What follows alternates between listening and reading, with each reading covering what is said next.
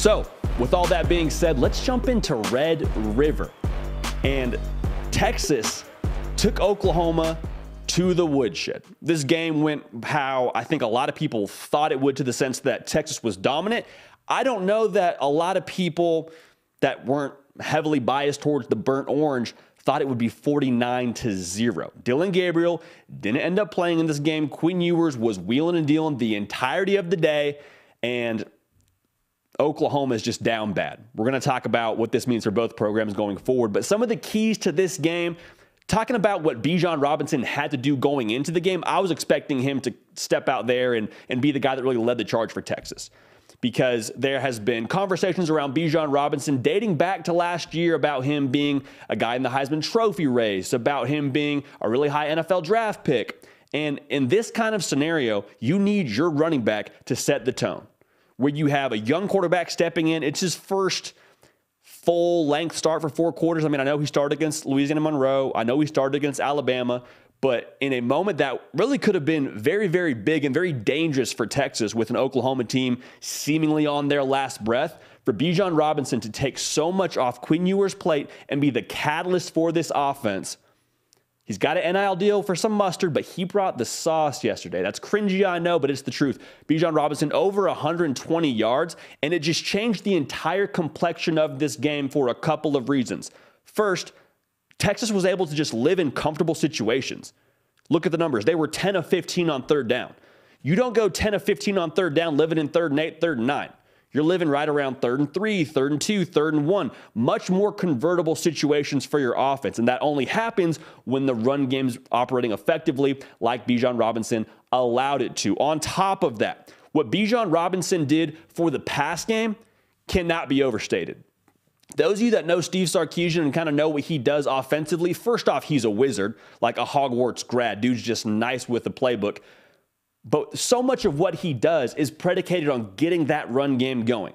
He runs the RPO system, and I'm not going to fansplain to you and give you the whole RPO breakdown. Basically, if you run the ball effectively, you then have the opportunity to throw the ball effectively off of that. And that's kind of his whole mantra.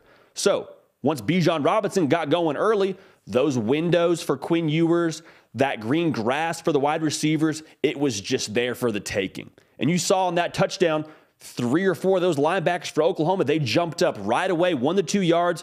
Boom, quick strike to Xavier Worthy, candy from a baby. So Bijan Robinson, what he did on the ground yesterday, he was the catalyst, he led the charge. That made a huge difference for the quick start that Texas was able to get offensively. And they sustained that for the rest of the game, obviously. 49 points, good night. It also allowed for a really clean game for Quinn Ewers. Like we talked about, with that run game getting going, you sort of put the secondary on their heels a little bit. Because if I'm a safety for Oklahoma and Bijan Robinson's running at 6 yards of carry like he was yesterday, I might need to help a little bit, right? I might need to have to go tackle big number 5. Just the way that it works. Because obviously, our second level of this defense isn't routinely getting it done. And when that happens, again, much more open window. So Quinn Ewers was able to sit back there and more or less have target practice. Had the 1 interception. I'm not overly concerned about that, but we talked about it for Texas going into this game. If Oklahoma was going to win, they would have to create chaos. They would have to make it messy. They were able to do none of that. It was a clean game for Quinn Ewers, and that was the byproduct. Big points for Texas, bad day for Oklahoma, to put it simply. Now, I'm going to preface this next key to the game, this next hinge point, if you will, like we like to call it here on the hard count. There is a harsh warning here coming, all right? We're going to say something pretty harsh when it comes to the Oklahoma offense. Dillon Gabriel didn't play yesterday. Kind of gave us all a good little tease. Twitter was on fire for like 10 minutes when he took the first couple snaps with the ones in the pregame. Credit to Oklahoma, credit to that staff. Dillon Gabriel probably wasn't ready to play after the hit that he took, being in concussion protocol. Davis Bevel had a rough day at the office, to say the least. I mean, he threw for less than 100 yards. It was abysmal. There was nothing that even resembled an offensive output for Oklahoma yesterday. And so we talked all about what Texas did offensively and how good Quinn Ewers is and how good Bijan Robinson is and all the playmakers they got. Folks, they could have kicked a field goal yesterday and won the game. That's how behind Oklahoma is offensively. And we're going to talk more about the makeup of this team and the scheme and all that. But as a whole, you just can't look so I don't even know what the right word is. So JV in a word is what they looked like yesterday. I mean, they were just 3 of 15 on third down. They had nothing that even resembled a rhythm offensively. They tried the Wildcat a little bit. I was confused why they got away for that, as that was the only thing that was even remotely working for them. And not only is that bad because you're not scoring points, when you go 3 of 15 on third down, guess what that does to your defense? They're able to get a quick drink of water, a little bit of Gatorade, back on the field. Like, you can only be on the field for so long as a defense before you start to wear down. And the Oklahoma defense, for starters, isn't really that great. So those two things compounded on each other, and that was a big reason why Oklahoma had the showing that they did. I don't know if it's Davis Bevel's fault. I don't know if it's a scheme fault. They need to kind of simplify for him. I don't know if you bring General Booty into the game and get social media on fire with him and all the memes and all that. There has to be something that changes for Oklahoma going forward, because whatever they had yesterday with Davis Bevel, that ain't it, fam. That ain't it. Texas also, going back to sort of another key to this game, Texas, credit to them, had the quarterback to capitalize on everything that Oklahoma wasn't doing well. We talk all about Oklahoma's defense and all of the miscues and issues they have. I mean, they got more problems than a math book, to put it simply. But that's all for naught if you don't have a quarterback that can drop the hammer when a team's exposed like that. And Quinn Ewers, credit to him, he just looked different yesterday. I said it on our program that was out this morning. I haven't seen a quarterback be able to stretch the field like that at Texas since Colt McCoy. Now, is that high praise? 100%. Are we being a victim of the moment right now? It's very possible. But what Quinn Ewers did yesterday, in a lot of ways, lived up to the billing that he had when he, I want to say graduated high school early. I was going to say graduated high school, but dude only did 3 years. He lived up to that billing. And you could tell by his composure and the way that moment was never too big for him, that was contagious. That was a thing that I think spread across this Texas program and this Texas offense. I mean, he just operated. He was a surgeon and was able to make the throws that were available to him from this Oklahoma defense. If you miss on those deep throws, you allow Oklahoma to stay in the game. If Quinn Ewers isn't dialed in like he was yesterday, you allow Oklahoma more time to sort of gather themselves offensively and try and scratch and claw into this game. But Quinn Ewers, with the deep throws he connected on, especially to Sanders, those were just some haymakers, man. Those were just ones that take the life from you as a program, as a defense.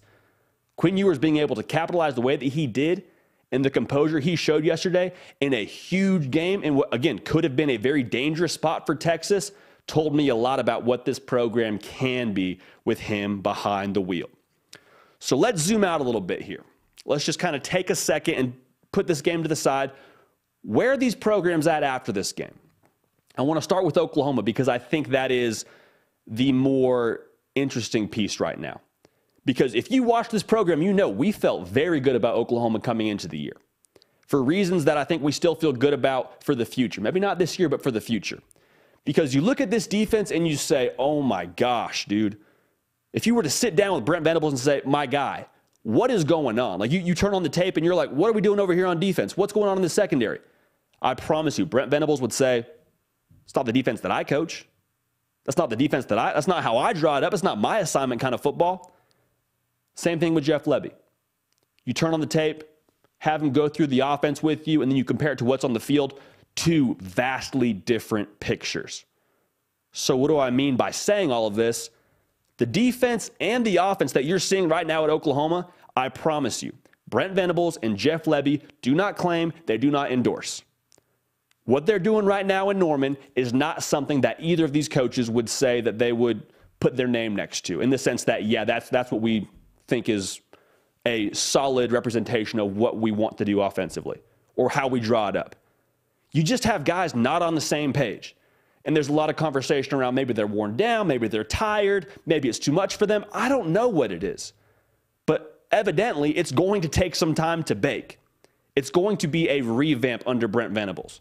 Now, still a lot of football left. Still halfway through the season. How do they respond?